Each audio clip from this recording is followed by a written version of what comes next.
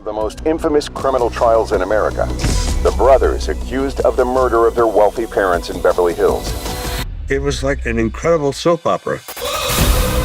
Jose was a successful businessman. Kitty was the caring mother. Two boys, emblematic of wealth and privilege. Why would you kill your parents? As the prosecutor, I knew it was plain old greed. What if I told you that a shocking double murder and a famous courtroom drama weren't the full story? In Monster Season 2, actors Cooper Koch and Nicholas Alexander Chavez play Erik and Lyle Menendez, the brothers who were sent to prison for life after killing their parents in 1992. But the show is causing controversy, a false claim of an incestuous relationship between the brothers. Now, as Netflix sparks new interest in the Menendez case, real evidence about their claims of being abused by their father is being looked at again. Could this change everything? Watch this video until the end to get into the Menendez brothers' story.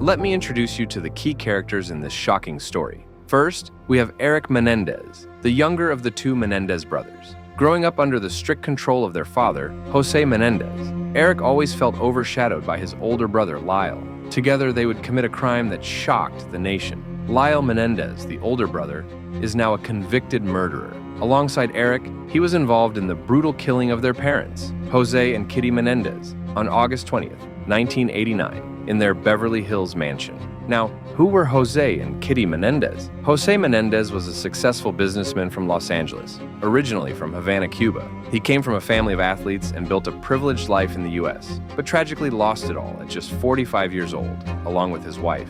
Kitty Menendez, born in suburban Chicago to a middle-class family, grew up to be a glamorous housewife devoted to her sons. She lived a picture-perfect life until that fateful day in 1989 when everything came crashing down. These are the people at the center of the Menendez brothers case. On a quiet Sunday evening, August 20th, 1989, tragedy struck in Beverly Hills. Jose and Kitty Menendez were shot multiple times at close range with a shotgun while sitting in their family room, creating a gruesome crime scene. The police were alerted when Lyle Menendez, just 21 at the time, made a frantic 911 call, screaming, "Someone killed my parents!" His terror was palpable as officers arrived to find him and his 18-year-old brother, Erik, devastated by the loss. In March 1990, everything changed for Lyle and Erik Menendez. On March 8th, Lyle was arrested right outside their Beverly Hills mansion, where their parents had been brutally killed just months earlier.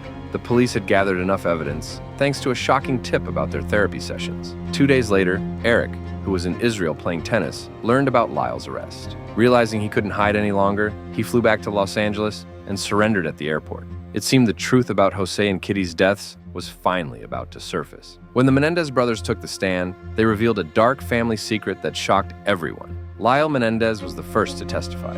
He said that both his mother and father had sexually abused him, with his father starting when Lyle was just 6 years old. It was a painful memory he had kept buried for a long time. Lyle shared that the sexual abuse from his father stopped when he was about 8, but things were very different for his younger brother, Erik.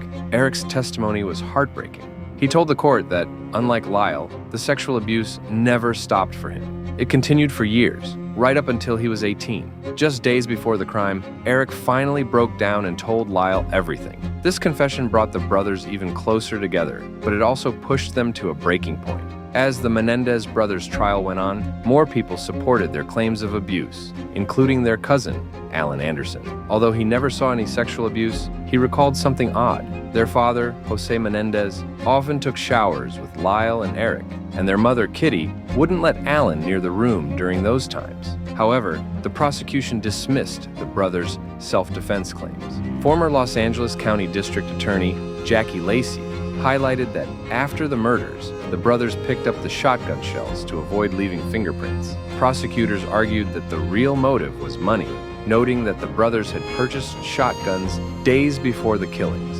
In October 1995, the Menendez brothers returned to court for a second trial. This time, prosecutors were determined to prove that Lyle and Erik were lying about the abuse they claimed to have suffered. calling it the abuse excuse. The focus shifted to the brutal nature of the murders, with the state emphasizing the violence of that night. Lyle chose not to testify this time. A 27-year-old murder case is back in the national headlines once again with news of new developments. The Menendez brothers were found guilty of shooting and killing their parents in their mansion in Beverly Hills back in 1996. Now their lawyer is pointing to a new documentary that he says calls for a new look at the evidence. After days of intense deliberation, the jury finally reached a verdict. Lyle and Erik Menendez were found guilty of first-degree murder. Following the jury's recommendation, the brothers were sentenced to life in prison without the possibility of parole. This meant they would spend the rest of their lives behind bars, unable to see the outside world again. In 2023, nearly 30 years after their convictions, a new chapter unfolded in the Menendez brothers' story. Cliff Gardner, one of their appellate attorneys, revealed new evidence supporting Lyle and Erik's claims of childhood abuse. Gardner filed a habeas petition to vacate their convictions, arguing the boys were abused as children. This is a manslaughter case, not a murder case. If convicted of manslaughter, they might have received shorter sentences and could have been out of prison by now. One key piece of evidence is a letter Erik wrote to his cousin Andy Cano in December 1988, where he expressed fear of his father, saying, "I've been trying to avoid Dad. Every night I stay up thinking he might come in." Gardner believes this letter strongly supports Erik's claims of abuse. Additionally, a new witness, Roy Rossello, came forward with a sworn affidavit claiming he was also sexually abused by Jose Menendez during the early 80s. These revelations have reignited discussions about the Menendez case, sparking hope for justice for Lyle and Erik. Ruling, the Los Angeles County District Attorney's Office is currently investigating the claims made in the habeas petition that could potentially change everything for him and his brother Erik. The ultimate decision rests in the hands of the judge, who will determine whether their convictions should be vacated. If that happens, it will be up to the DA's office to decide if they want to retry the case. On October 3, 2024, a significant update emerged regarding the Menendez case. Los Angeles County District Attorney George Gascon announced that his office is currently reviewing the high-profile murder case. He revealed that there are two new factors that prosecutors are considering as they prepare for a court hearing next month. This could mean the possibility of resentencing or, potentially, even a new trial for Lyle and Erik Menendez. The upcoming hearing is scheduled for November 26th, and it's poised to be a pivotal moment in the long and troubled history of the Menendez brothers. After spending decades behind bars for the murders of their parents, this new development has sparked hope for many who believe in their claims of abuse. That's all for today. If you want to stay updated on this evolving story and other true crime cases, don't forget to hit that subscribe button and turn on notifications.